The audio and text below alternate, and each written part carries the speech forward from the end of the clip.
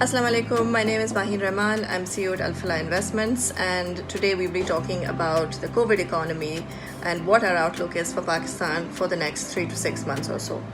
So if I start with the basics, currently we are 5 weeks into lockdown, especially here in Sindh, and we have only seen a partial resumption of economic activity in the north of the country. Over this time period, our cases have climbed to 20,000.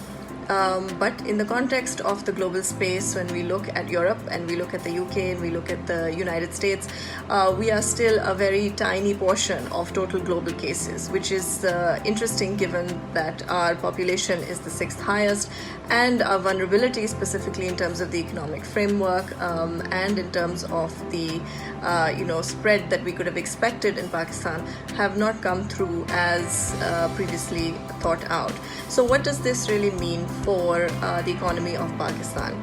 I think if we start with the basics first of all, and we look at the global impact that this disease has had everywhere, one key thing that stands out is that there is a global recession currently in play.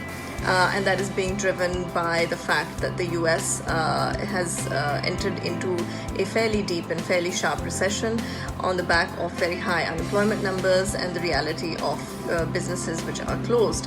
The same applies in the UK, the same applies in Europe. So then this begs the question that where is the real pressure in the economic system? Well, I think the real pressure is very much domestic. It is local businesses that are closed due to the COVID lockdown. It is the local governments that are stretched in terms of their ability to provide social relief. It is the institutions as a whole that are going to find it very challenging, whether they exist on the health side, whether they exist on the social safety net side, or whether they exist in monetary and fiscal policy planning, as to how they will move the country back towards some degree of economic normalcy, which for now it looks is at least 6 to 7 months away at best case, and approximately 18 months away at worst case. And I think what we will see a lot more now of is a very different kind of business environment from what we have been used to.